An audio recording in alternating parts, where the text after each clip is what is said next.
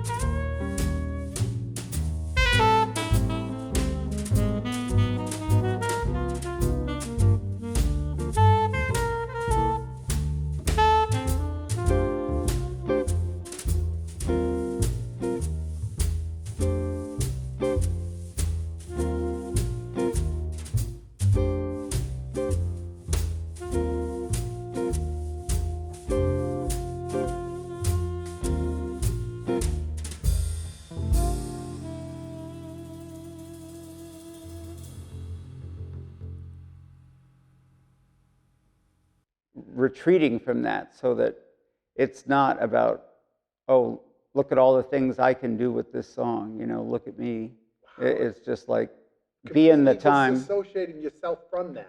As That best must be as you hard can. to do because we're so conscious about ourselves. Everything we do, every word we say, and now you go in front of a microphone and you're saying, don't be you, and don't. It's not about you, and it's about the song. That's a hell of a discipline. Well, it's about the time. Who taught you that? Like, where was there a teacher that taught you that told you, look, stop playing you and don't be you? Like, no. What type of teacher? I just want to. But when you go back to the 30s, especially Lester Young in the 30s, you really, he's a great role model for just being deeply in the time and swinging, and yet all he has to do is play a melody. He did all those recordings with Billie Holiday, and those players respected the songs more than they do now, and so it's kind of trying to dial it back is what I'm trying to do. So. But Sonny Rollins speaks about this. There's a great YouTube interview with Sonny Rollins. He's quite old. Of course, he's still alive, but I mean, this must be in the last maybe 5 years. But he just says you can't think and play, Amazing. Once you start playing, thinking is over. You don't want to be thinking. You get out of your own way. He said, my friend Keith Jarrett says, and then you just get out of the way.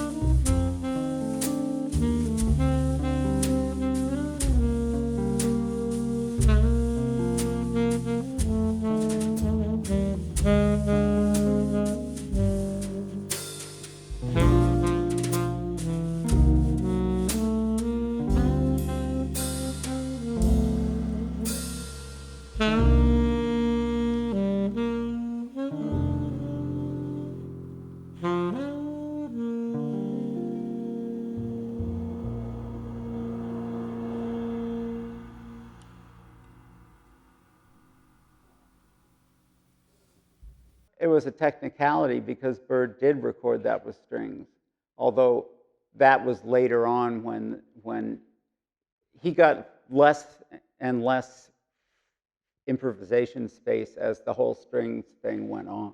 Uh-huh. So by the time you get to Stella by Starlight, I don't even think he gets a solo in that. But that was just a technicality that allowed me to call Stella because it's one of my favorite songs. And Really? so, It's one of your favorites, huh? It's not very associated with Bird at all, even though he did record it. But yeah, that may be my favorite song. What makes that your favorite? Why? What is it about it? Well, it's kind of interesting that it was originally an orchestral theme from a movie called The Uninvited, which was kind of a somewhat subtle ghost story. I've never actually seen the movie. Okay. So the opening credits, you hear this lush orchestral theme, and that was what became Stella by Starlight. And so that song is what you call through composed, in the sense that most standards have like A, B, A, or A, B, A, C, all these forms. Through composed, the song just starts and it just goes. And that would be something that would be more like what would happen orchestrally. So that's why that melody is very non-repetitive, and it goes through a lot of different keys. And then they added lyrics later on, and it became a pop tune. So Fantastic. Mitch did a really hip thing because when we ended the song, the real first chord of Stella, people don't generally play what the real chord is. So Mitch was very hip about that. Did Mitch play the Yeah, it starts on a diminished chord. But, okay. So. Does that appeal to you? That's one of the reasons why you like the song starts. Well, it's kind of like if you're really going to sort of go back to the orchestral idea of this song, then you do really, that's a real feature of the orchestral version, whereas the jazz players just made it a lot of 2/5s. So.